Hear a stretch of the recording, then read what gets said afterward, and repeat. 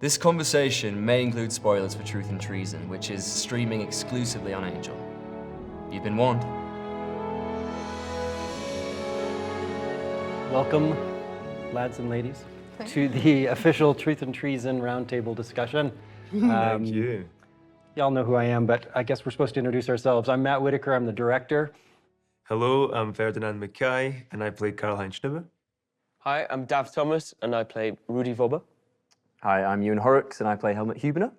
Hi, I'm Sylvie Barco, and I play Ellie Kluger. Hi, I'm Joanna Christie, and I play Emma Hubener.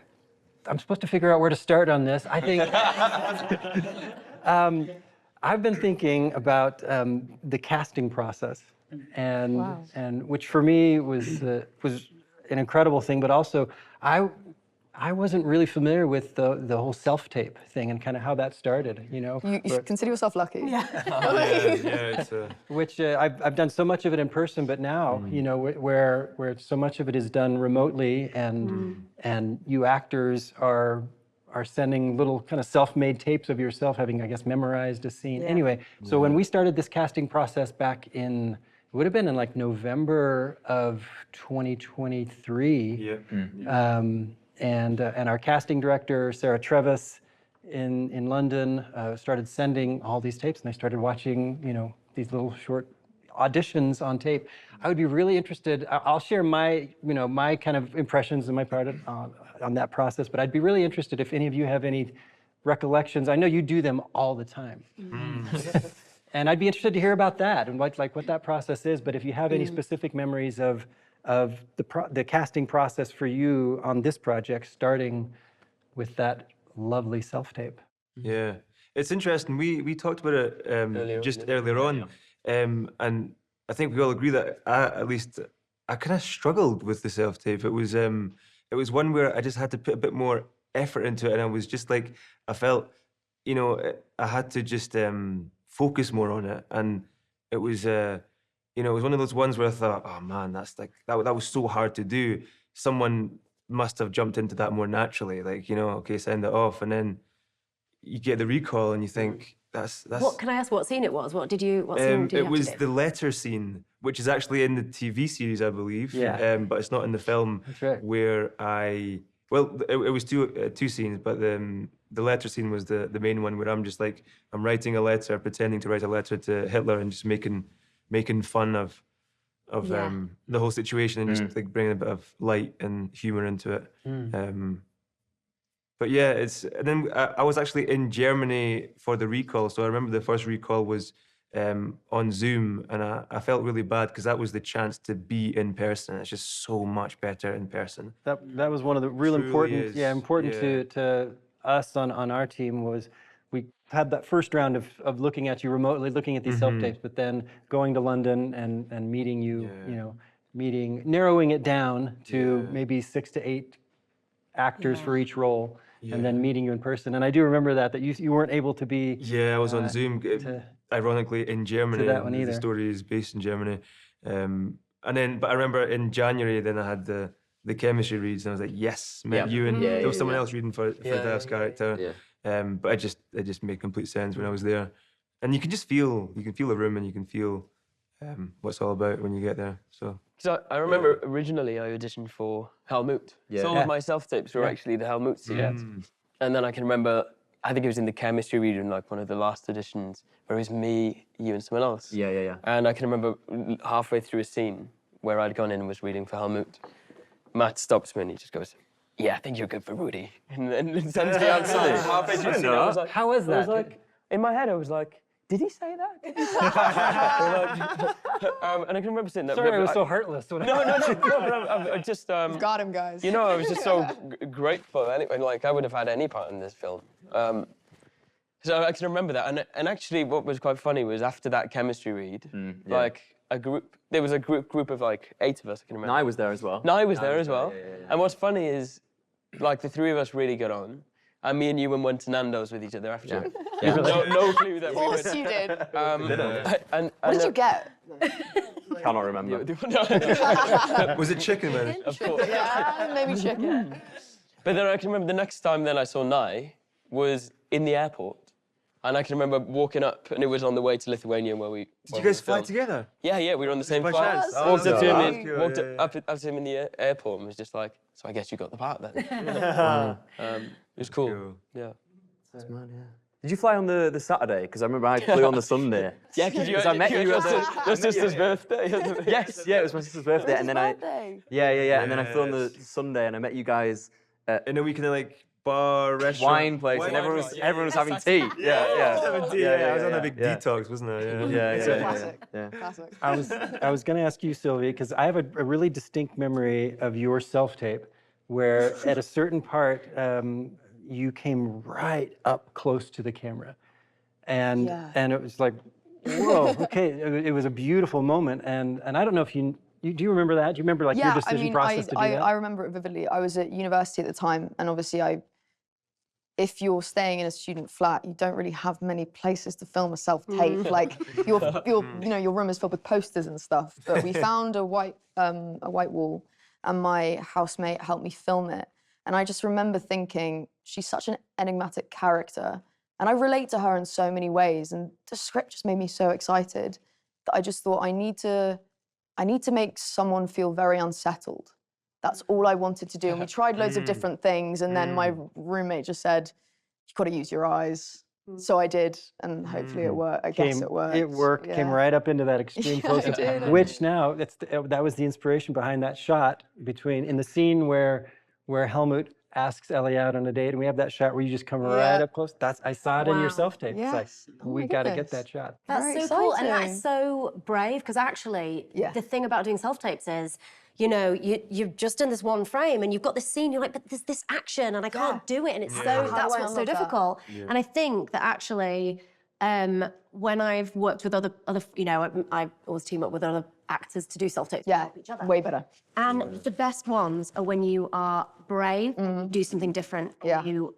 It really is, because they could just be so boring, and you can't actually get the action of the scene because you sat in a chair just with this frame. So you have to kind of do something to. I agree. And you have to be creative with them, I think. You do. And sorry, go ahead. I was gonna say, I also find it's like, so when you take the pressure off yourself. Yeah. I find like, when you care about it so much, you like kind of, for me it never forcing it. lands. Yeah, Yeah, you're you're forcing forcing it it too because you much. really You want do, it to you work, do. and you have an idea of what you want it to be, and then like, when you just kind of let go, that's when it's That's the so best. true. It's like doing less is more. I know it sounds so kind of cliche, but it's so true. You know, Yeah. it's that paradox. But it's true though, because I actually, sorry, not to speak about other projects, I sent a tape to Dav the other day, because I said, Dav, please can you tell me which is best? And you chose the one that I was like, oh, I hate it. I'm not doing anything. They're not going to like me. And you said, no, it was more grounded. Yeah. Which I think says a lot. And sometimes, when you do so many tapes sometimes as well, you kind of, I don't know if you guys feel like this, but you can sometimes, if you do 7 tapes, sometimes you just look at all 7 of them and they all seem the same. Yes, And it's yes, like, yes, it's nice to have like a little, like to send them around to people. Yeah, it's lovely. What do? You told me before that you like, I leave you it. watch it and then you leave it a day. I leave it. Yeah. I try and then do you it rewatch it. early. Yeah, I try and do it It's clever. early. I might use that tactic. It's not always possible, obviously, when you're under pressure, but usually I like to do it like a day early, and then, because like you said, like you'll be drilling the lines in and you're doing it so many times and you see them all and you're just like looking at the small micro details that doesn't really, tell the story. You're just like overanalyzing it. So once you leave it for a bit and you come back to it with a fresh perspective, usually you can kind of suss out what one seems more natural. But I've been like learning so much, especially this year, to not care less, but just to almost do less Yeah. and not put on a character. Just say the lines more Relax. naturally. I know it sounds obviously so, repetitive that everyone keeps saying it, but that's, I think, It's what so true. makes I it literally better. have to put myself in Yeah. a trance. Like I actually have to close my eyes and sit down with myself and say, just stop, because you're so aware that there's a camera in front of you. Stop acting. Honestly, though, like Start inventing. that's Easier said than done. That's it. No, but I mean, I was well, you gonna do say- it very It's well, a Jay. balance I trick. mean, It's a balance trick because you can give too little as well, you know? Yeah, It's a Yeah, balance very that's true, exactly very it. true. And when a director is looking at literally sometimes hundreds of Yeah, these that's- self-tapes, I know. to find even a moment that comes out, or a Yeah. moment where I feel like I remember when you in your audition. Where it's the breakfast scene, Yeah, I knew and you were you're gonna say that. and Yeah, you're yeah. talking to both your mom, to your mom, and you're talking to your stepfather Hugo.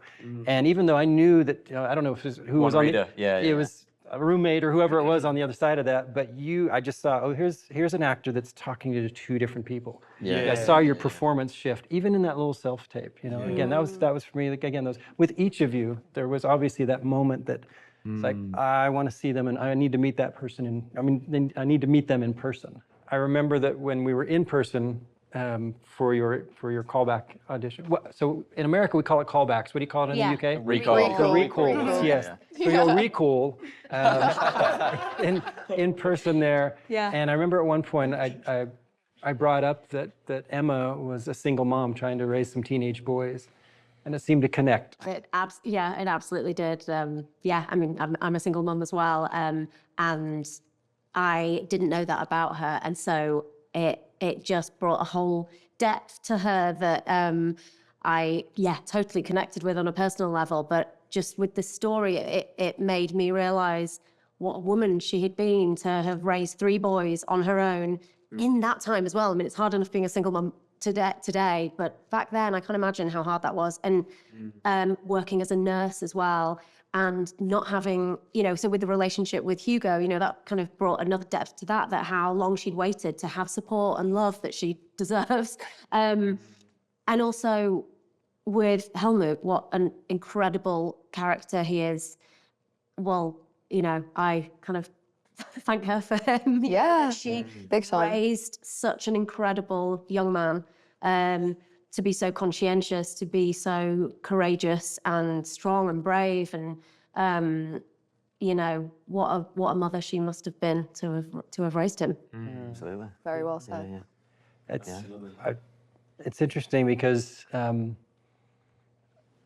4 of you here are directly playing historical characters.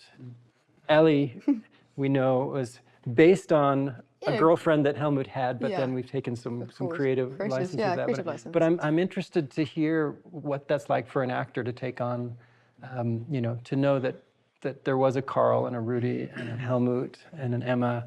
What's that like?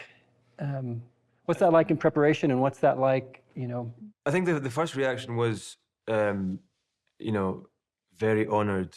I feel very honored to play someone of such, importance, really, who hasn't really been kind of widespread yet. Like, not many people know about this story yet, and that's what I guess this whole film is about, But I think, it's I'm half German, so that's a big part. My mum is from the very north of Germany, Eckernförde. The story takes place in Hamburg, which is the capital of that state in Germany. So it's all very close to home for me. Oh yeah, I can It's remember. insane. Yeah, sorry. I can remember you showed a picture of, was it your grandfather? My granddad. Yeah, Yeah. Oh, and it was the coolest picture ever of his grandfather in Hamburg. Yeah. It's I forgot incredible. about that. The suavest guy incredible. ever, Yeah. Just like so suave with like a 3-piece suit on and a hat. He used to be called the most handsome man in his little town. Yeah. What went wrong? I know what went wrong, man. The Scottish just don't have the heat. Yeah. No, but a huge sense of honour is the first reaction that I had. And there's responsibility that comes with that, of course. But I think it's mostly about encapsulating someone's energy. Like I saw the documentary and I was studying, who Carl is, his personality. He's quite big, he's quite energetic, even at the age he was when he filmed the documentary. But I don't think it's about imitating exactly how they are and how they were. It's mostly just encapsulating that energy to be able to tell the story and be that piece in the puzzle. And I think that's kind of what Carl's energy is. He's just like, in the story, he serves as comedic relief, but there's also there's more elements to him. Like there's more complexity, and you can see that kind of more serious side and those layers once he joins the resistance group. And firstly he's petrified, and then he becomes a deeply loyal friend. And there's that even in that condensed 1.5 hour film story version of the real event, that you can see that maturity and that progression, that journey, which is really nice. Absolutely nailed that. He Like, did. to Thank have the you. reference of the interviews with Carl, and I remember watching those, and when he talks about how scared he was, and it's so amazing to hear that they did it anyway, but they were terrified. Of course. Yeah, he was puking. He was puking, wasn't he? The way that you used that humour to really kind of displace your fear. Yes. The way that you embodied that as well. It just it's so believable and it's so truthful. I love the way that you did that, and the way that you four, and obviously then unfortunately you three, that chemistry, it's believable, and that's what everyone said when we kind of met them at the premiere. They were really complimentary. That brotherhood. I remember right after we cast you, I showed your photo to Carl's widow. And she just looked at it and she said, "Look at that smile. That's Carl." It's amazing. There we go. I think it's a testament to the writing and the performances and the dual nature of that, or the collaboration of that. I just watching the movie, I kept thinking it just absolutely encapsulated. I was thinking about Carl telling the story, and I was like, we've done it. We've done that. We got him. Yeah. You guys found the right actors, I think. Not just me, but like the everyone. Like I couldn't imagine anyone else playing these boys and these ladies, these girls, everyone. One thing for me was when I first found out about Rudy, I felt like you said, extremely honoured and extremely grateful to be playing him, but also excited by the fact that there was so much information out there for him, and for an actor, to be able to dive into that and kind of find so much. I know I go on about it so much, but reading Rudy's book. And when I was doing the I say this all of the time, but when I read Rudy's book, and he'd written a ton of addresses and stuff down inside the book, so I'd basically travel to Hamburg. Like places in Hamburg that he mentioned? Yes, yeah. And most of the time you turn up, and because Hamburg was so badly bombed, it'd be like new builds, and they'd probably be like a dentist's or anything. But it was the feel of actually traveling there and walking the streets, and obviously like the layout on the map is the same. But I can remember one time I got like stuck down these weird docks that I'd tried to find the place where he worked when he was young, and ended up like walking into somewhere I shouldn't have been. I'd also because they have like a Helmut Hübner exhibition in, is it Hamburg or Berlin? We have one in both, but there's a beautiful one in Hamburg. And the one in Hamburg, it's inside a university.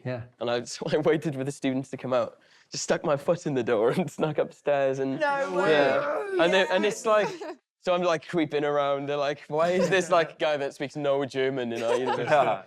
Just like walking up to people. They wouldn't believe the real story. No, they wouldn't. Yeah, I'm going to play him in a movie. I'm just doing research. Just walking around taking pictures of everything. I didn't know you did that. You basically retraced his steps. I did, Oh, that's amazing. So cheeky of you, so rude. That's cool. Yeah. And I was really grateful yesterday in the premiere as well to be able to speak to some of Rudy's family, and I spoke to them about that. And they all seemed so proud, and they loved Rudy, and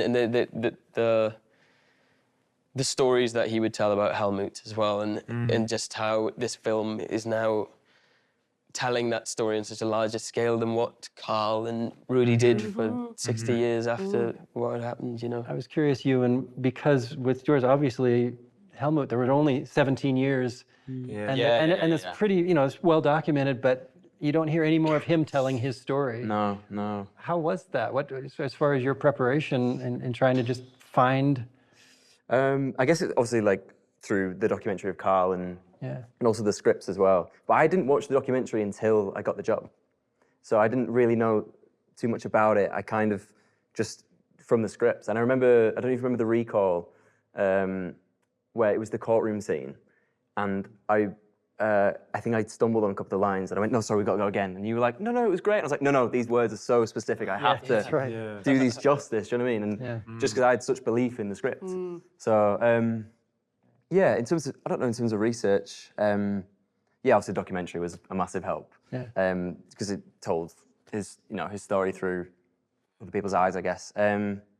But going back to what you said about, like, because he's a historical figure and, you can't really imitate. There's nothing to really imitate. So you kind of have to bring yourself to it a bit and pull what you pull from it, I guess. Yeah, and just that's what the prep was for me, was the 4 months of just figuring out who he is and how his brain ticks as well, how he thinks, and that just opened my eyes. Just, it's cliche, but like if you see it through his eyes, then you don't have to do any work, because it's just, you just be there in the moment and you see how he sees it.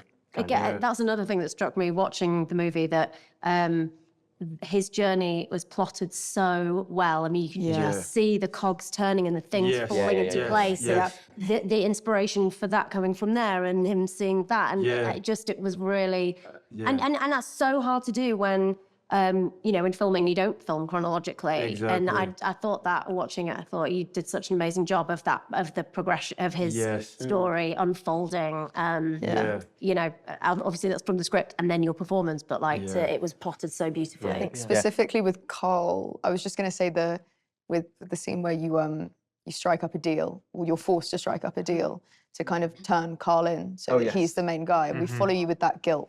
And we follow specifically you, and then there's that shot where you three don't speak to each other. And then the camera's on you, and you are blissfully ignorant. And the audience know that Helmut is carrying this and is looking at Carl, and it's awful watching it unfold, but then, that when you hold hands after you save his life. I remember mentioning that Matt's note for me in that shot was, once Helmut goes up and is about to, read the letter out to say it was all Carl's idea, to just accept it and say, it's okay, Helmut, it's okay. You've done tremendous things. We're here to support you. I'm your brother. Just let it go. It's okay. And that was such a beautiful note, that I just kind of I was just the transporter of that, it was something much deeper than just me reacting in that moment. It's you saw that shot, that you see that moment. You do, you see it. When you two are looking at each other. You see it, you see it. Just, I don't shut up about Ferdy's eye acting, honestly, like, seriously.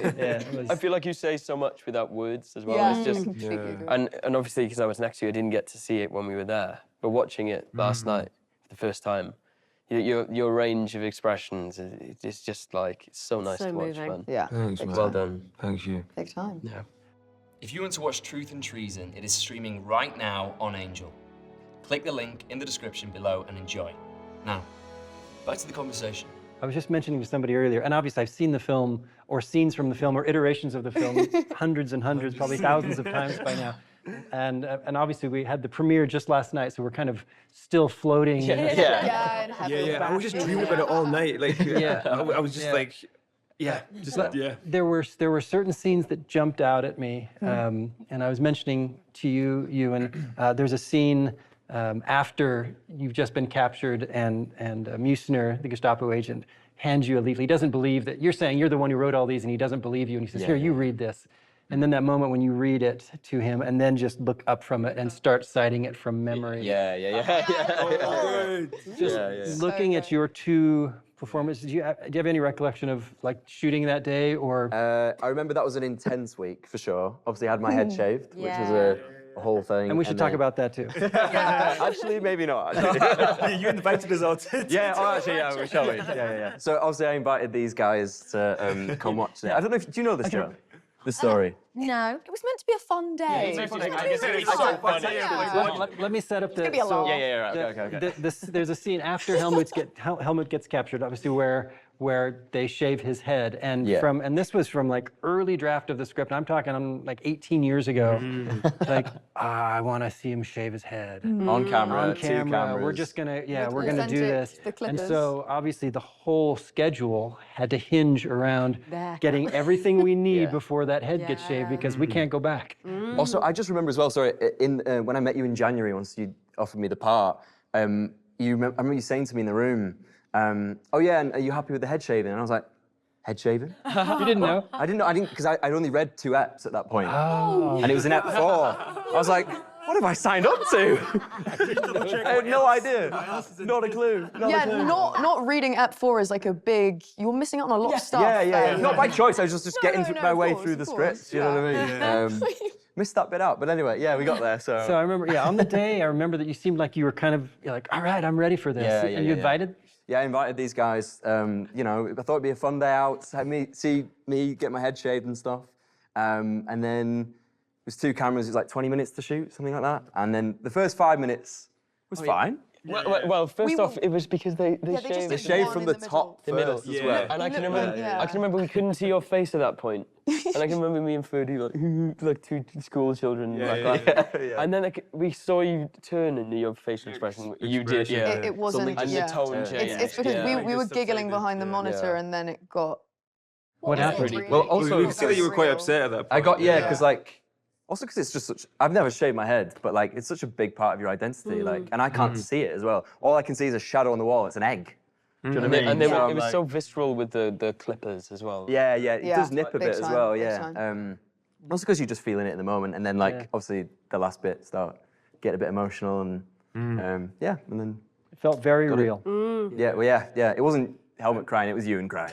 The location as well must have added that energy, dark energy. That actually had a big impact with the whole shoot, though, the locations we were at. Because of the history of what... Because that was the goodbye scene at the end was filmed there as well, wasn't it? Yeah, I so think that was, certainly in the city of Kaunas, there was that huge, an old prison that had held Jewish prisoners. In fact, there were, I can't even say this out loud, but there were 30,000 Jews that were murdered right there where we were filming. And so in that cell, in that room where we shot Your Final Goodbye, prisoners had been held there, Jews had been held there, people had been tortured there, and you could feel it. You could feel it, you could feel 100%. Yeah. And you were all smart enough as actors to just use that and channel it. And it was the same with the prison in Vilnius too, isn't it? Where that was used as a prison camp. Yeah, an actual Gestapo prison. One, where it was the individual shots of us lying in the jail cells. Yeah. And the other one was the KGB museum, was it? Yeah, that's where we were. So it was KGB. they call it the KGB museum, but before it was a KGB, it was the Gestapo museum. While the Nazis were in control of Vilnius. Wow. So we're in a totally different country. We're in Lithuania, and they're. But I feel like it did help, like traveling to a place like that, and then having kind of all of those places that have had lived experiences like that. And obviously Lithuania, have a troubled history with the Nazis, and so it felt like coming from the UK to go there, felt like we were stepping into something almost bigger than what we. That'll naturally, obviously, add edge to the performances, but also to the shots and to the whole film, a degree of reality to it. One thing I remember on that scene, the final goodbye scene, which again, as a director, trying not to put pressure on the actors, but inside feeling this has got to work. No. This is the moment. That's that balance thing again, isn't it? And if I remember right, we shot you first, and you just killed it. Absolutely smashed it. And I'm going to come back to that in a second, because you threw in a line on your own. Do you mind just talking about that? I think we did a couple of takes, and I forgot that I went first, but I felt like there was just something that I felt like I just needed to say. I don't know, and also wanted to give you something different as a reaction. I don't know what, I didn't really plan it, it just kind of came out, but the line was something like, we did what we could. We did what we could. Yeah. We did what we could.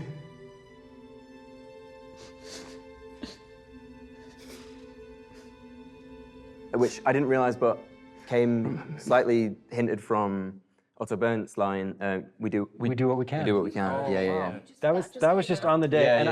And then everyone, like the cold cut, you two were crying. Everyone, That like line back gets was me crying. every single time. I was screaming in the theatre. Yeah. My writing So partner, cool. Ethan Vincent, he was back at the monitor. He was and beaming. He was sobbing. He just started just weeping. And again, Was he like, I should have written that line? it was one of those things. Just like it was supposed to be there, and it's so beautiful that it's there. Yeah. But I remember then we shot your angles, and again, just the tears. And I don't know if you remember this, Rudy, but after that we had this little break. Yeah. And I don't know if you were feeling pressure because then No, I tell you what had happened was, obviously, like I was last to do my close-up where it had turned around. And it's literally the first time you wouldn't started saying it, I started crying then. You did. So I was like, oh, the time it gets to me, I'm going to be like spent. So it goes to 30, and then I start crying at 30, and then so... You're a mess, mate, And you were like, oh no, save some for me. But like, it's my performance. I totally get it. Like, retain it a little bit for your close-up. Yeah. But then it was just boring. Still, it just felt like that whole day felt very special, didn't it? You shot the goodbye. It was one of the last scenes that you filmed. Was it our final scene together? Do you know what? It wasn't. I think it was like the second last one. I think it was like very the late, second last week, man. Yeah. The last one was a random one, wasn't Just it? random one when we passing passed each it. It's always the case, isn't it? Yeah. It's always a random scene. Just one right. throw one, Yeah, it was so beautiful. It was amazing. Another night that I just, for me again, is just this cherished thing was after the opera. Yeah, I knew you were going to say that. Favorite day to shoot. It was so We got really beautiful. silly in the night shoots as well, didn't we? We did. Yeah, it's good fun. I never want to hear those transcripts again. And it went till like 3 a.m., 3:30 or something like that, and it was cold and it was rainy. Yeah. And yet you two, as soon as we start rolling camera, it was just your chemistry was just beautiful. Yeah, no, definitely. I remember thinking, I was really shocked when you cast me because I thought surely there would be some form of chemistry read. And I was really psyching myself out and thinking, oh no, but what if it doesn't click? What if it doesn't click? And then obviously the first day I literally met the whole cast. I kind of found you on social media and we followed each other. And then I sent you a text. I said, hey, I've just arrived. Do you mind meeting me at the hotel and walking me to see everyone? Because I was just really anxious because you can't just turn up and be like, hi guys, Ellie here. And it just clicked. You were so welcoming. And I think as the lead, there's a lot of pressure to kind of make sure everyone is cohesive and that if the show works, and you do that so well. It's easy when you're working with the Ewan Horrocks. Remember that name? Oh, come on. Take the compliment. I also remember at the very end of that scene, we were fighting rain, that whole scene and trying to shoot around it, and it was really cold. And at the end, after the kiss, you were it was scripted to say, you better get me home, it's past curfew. Which is a very Ellie thing to say, but I think it's an Ellie pre, oh, I really like him. Exactly. You know what I mean? Exactly. It's something, it's past curfew, we need to leave. And it was starting to rain. It was starting to rain, and it's again back to how beautiful that childhood love is, the innocence of that, because even and the kiss, after we it's kiss, so awkward. it's really awkward, and then I put my hands up and it's kind of like a newborn, like duckling, kind of like, oh, I don't know what quite to do, but then you look up and it's raining and they both know like something magical. And they're so close as well. Like, they're so close. You know, it's like kind of, that's that like, magnetism, isn't it? Yeah. You should go, it's starting to rain. And you can just feel them giggle and run off. I love your performance in that part as well, because all throughout, like, Ellie's so headstrong and kind of, you know, and after the kiss, you have a little giddy kind of, like, you can see the youth. Sweet. Definitely. And to consider like the time, obviously 1940s, and plus their like background, you know, like sheltered religious people, you know, it's That's why Ellie's so cool, man. I don't want to. Everyone has, you know, really cool characters. I don't want to be biased, but I really like mine. I really like her. Yeah. That's a good sign. Thanks. Yeah, I think so. Another scene again. Every time I see it, but when Emma comes to visit Helmut in prison, and yeah, that location was Yeah. Again, in a Spooky prison, an actual old visitor's room, where, which, by the way, I'd scripted that, kind of sitting on either side of a table in kind of this white room, and then when we were scouting that old prison, and I saw what the visitor room actually, where you're looking through bars at this other person, and they're let in and kind of sat down, and just changed the whole dynamic. It's just. It's funny, watching it last night, it had something in it that I don't even think I was aware of when we filmed it, which was it kind of took me by surprise, almost like it was different to my recollection of shooting it. Same, to be fair, yeah. Really? Yeah. I felt when I was doing it, when we were shooting it, that I was just devastated. And actually, when I watched it, I felt like I was more hiding that for Helmut. I was hiding my devastation As a mother does. to keep his spirits up or something, to give him some kind of hope when there wasn't any. But or maybe there still was. But yeah, so it was interesting that it looked different to my recollection of filming it. What did you think? So that, and also you say something about like Gerhard doing well in Russia, and like I didn't necessarily think it on the day, but I saw it in the cut of like, oh, she still thinks like she still can't. That little moment where you look down you and you feel that. I was like, oh, I'd never thought of that. Totally. Until I saw it then, I was like, whoa. It was so different. Yeah, exactly. And I thought about myself. It's like, oh my God, she's still hanging on to these delusions, and it's like blind optimism. Yeah, exactly. You show that so well. Yeah. Maybe she's subconsciously doing that as well to kind of like maintain some sort of like control and like safety with her son. And still be some sort of like grounding mother figure. Yeah. There was this Rather than collapsing, which is I felt like I was collapsing when I was doing it. I was like, oh no, it wasn't at all. I was like.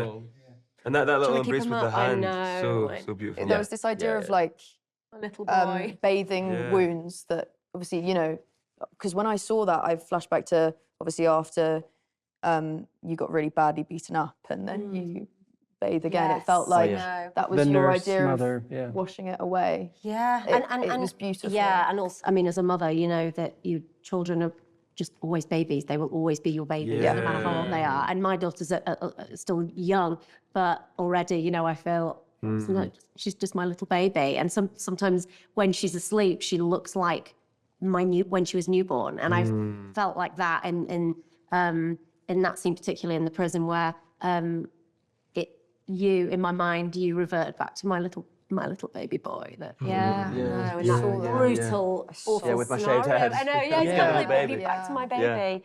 Look at your face in that, and contrast it with the kid on the bridge in the opening scene. Yeah. We were talking about that. It's just this arc. Massively. You know, you go from, you know, the final scene to your death to then you see the four boys laughing again. I don't want to get emotional speaking about it, but I mean, amazing writing to go back to that. And obviously, you know, the editing's amazing, but it's just this idea of that afterlife. Although, unfortunately, Helmut didn't have the life that he deserved with the courage that he showed. In another life and in somewhere in heaven, he's with those boys. Yeah, and it's that dream you feel at the end with the letter, and obviously seeing Salomon as well. And then it ends on it's something like I love you, passes you guys, and then ends on Helmut, and like you feel you're left with that. You're left with joy. Yeah, and joy, and which is I don't know. It's a dreamy kind of. There's so much in this film. It's like obviously the saddest thing has just happened, but you remember his legacy. And you remember what he did. And you can't just leave with sorrow. Yeah, and that's what breaks people. We've got to mention Nye as well, haven't we? We could have Nye, oh come on. We should have an empty chair. We should. Should we explain the empty chair thing? Please. Basically, Matt had this idea throughout the film that wherever the boys are, once that Solomon's gone, that they still have an empty chair for him there. So if you look, notice, it's in all almost these- every scene yeah, where in the every boys scene. are there. Courtroom in there's- particular. Even in the last scene, in the final goodbye yeah, scene. there's a stool there for now. Oh my goodness. Yeah. You're gonna get me going again. Yeah. That's amazing. Yeah. If you ever had an empty chair here, we'll just imagine that Nye is sitting on the table. Yeah, something he'd do, to be laid fair. across He'd the just table. sit on lean across the table. Nonchalant. I think that's one of the things that struck me watching the movie, because I didn't, most of my scenes are obviously with Ewan and Sean playing Hugo. And so I wasn't in the friendship scenes. And so that is what struck me watching the movie, the power of friendship and that brotherhood. And even at such a young age, those bonds are just unbelievable. And for somebody to fight to the death for someone else because of friendship, because of that strength of that and that love, that that's so powerful. And I think, there's a lot of romantic love in movies and storytelling. And sometimes friendship actually does not get told that much. And that's what struck me, and the power of human connection. Big time. Connection and Big time. and holding each other up through life and supporting each other through the worst, the most unimaginable circumstances, and fighting for other people because of that human connection and the bonds that we make in life. It's so powerful. Yeah, it's just what you're left with. Like, obviously, that's there's all that matters in the end. It's all that matters, that it's the futility of war and of hate, and you see that definitely with Rupert's character and the inner conflict he has at the end. But then when we're left with those 4 boys, you do think that is something worth fighting for. That's something worth living for. Yeah.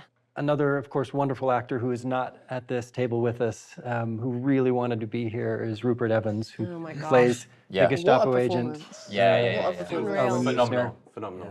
I also think that's one of the most complex characters I've seen on screen. Yeah. And to be able to sympathise with exactly. him. Unbelievable. do it so so much well. going on. Yeah, there's so much going on, and the nuances are. Literally every time we watch Rupert's scene, we did a commentary earlier, and we're meant to be speaking throughout. And then we're speaking, and Rupert comes on and just goes silent for about 2 minutes, because we're all like,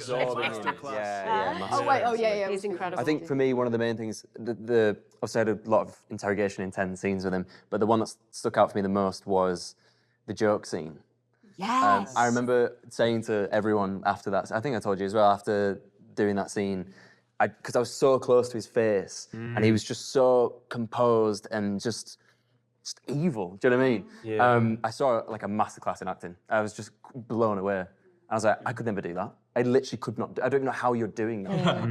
And yet, if you look at the other side of that scene and what you were doing with him, my goodness. Yeah. Exactly. Yeah, I mean, we should definitely speak about Ewan Horrocks as well, because he'll sit here and he'll kind of blend into the back. But my God, that was actually phenomenal. And at the premiere yesterday, he got a standing ovation. He did. At the end, so deservedly so. Yeah. And it's one of those things where, having been, it's been talked about, this has been a long journey for my partners and myself to get this film made. And knowing all along, every role is super important. But of course, we've got to get the right Helmut. You've got to get the right Helmut. And so looking at that first self-tape, and then going to callbacks and meeting you in person. And sometimes sometimes you'll see a self-tape, and despite how lo-fi they are, it's like, oh, I'm really excited to meet this person. I'm really want to work with them in person. Then sometimes you meet him and it's like, oh, okay, not quite what I was thinking or hoping. Yeah. And you walked in and we did a little read, and it was like, I actually called my wife that night. I broke down and started crying. I said, we found him. Oh. We found him, yeah. From the recall. Yeah, from the first recall. Wow. Yeah. It's so funny because from the recall, I thought it went well, but I was like, I don't think I've got it. Really? Yeah. It was so hard to read the room. can never you tell. You're all so lovely, but tell. like I was like, I don't know how they really feel about it. Do you know what I mean? They're just so nice. They're just being nice to me. Yeah. What's happening here? Yeah. And then there was a little thing. We talked about it when we went for dinner after the chemistry read. The first half of the chemistry reads, I was going for Helmut. I didn't go for any of the roles, and some other lads were going for Helmut as well. And then in the second half, some lads left, and no one else was going for Helmut. And I was like, is that a sign? Or like, what does that mean? Is that too good to be true? Yeah. And I was like, I can't believe that. Just ignore that. That's just in your head. Do you know what I mean? Let that go. And then 2 months went by. I was like, oh, I've not heard anything. Yeah, it must have gone. And then And then I bumped into Sarah at casting director. Yeah, at my agency's party, and she went, "Congratulations, you're the favorite." And I was like, "What?" She told you. She told me. Oh, I don't know if I should be saying this, but yeah, she told me that. Yeah. Sorry, Sarah. Thanks, Sarah. But yeah, and she said you'll be hearing something soon. And then a couple weeks later, got the call. It's amazing. So. And then just real quickly, circle it back around to Rupert, and the scenes that you two had, just such obviously intense scenes together, and there's this really complex relationship that develops between you two in the post-production process, in the editing, and then doing the sounds and the coloring and everything like that. We would get comments from people. It's like, those two, the chemistry between you and Rupert was just astounding, and had one ask, like, how many films have they done together? Like, they just met each other on set. And Wow. I think it's so weird because obviously we didn't work with each other for the entire job until the end, kind of, really. Yeah. And I think the whole build up to that point is like these two kind of titans clashing. Yeah. And I think that just kind of naturally happened. We didn't really have to do much. Do you know what I mean? We both figured out who we were and where we were at and what it needed to be, and just played. Yeah, you're both solid in your character. Yeah. By the time you met. Established at that point. Yeah. Because also it'd gone from him being really awkward at the beginning and figuring it out to knowing what he wants, what he needs to do, and then being at that final point with him. Yeah. So. Well, it was the gift of my life to be able to work with you actors. So, thank you. Let's all do it again. Let's do something together. Thank you. Thank you. Together, because we all agree we had just the most profoundly brilliant time working on this film. Absolutely. In every way. It was so authentic, an honor. so wholesome. Yeah. And I mentioned this to you earlier as well. Like, everyone you've cast has been lovely. There's no. Yeah. No. Do you know what I mean? We've all gotten so but when that well. happens, I always think, oh no, am I the bad egg? When you're like, there's not a bad egg. Oh wait. Genuinely, it's friends for life, really. Yeah. Like, if I don't get invites to your weddings, I'm going to be very annoyed. You meant to Write that tell down. Tell me I'm not. You're not the bad egg. You're lovely. You're lovely. You're wonderful. You're the best film there is. For more great conversations about the movies and shows you love, be sure to like and subscribe.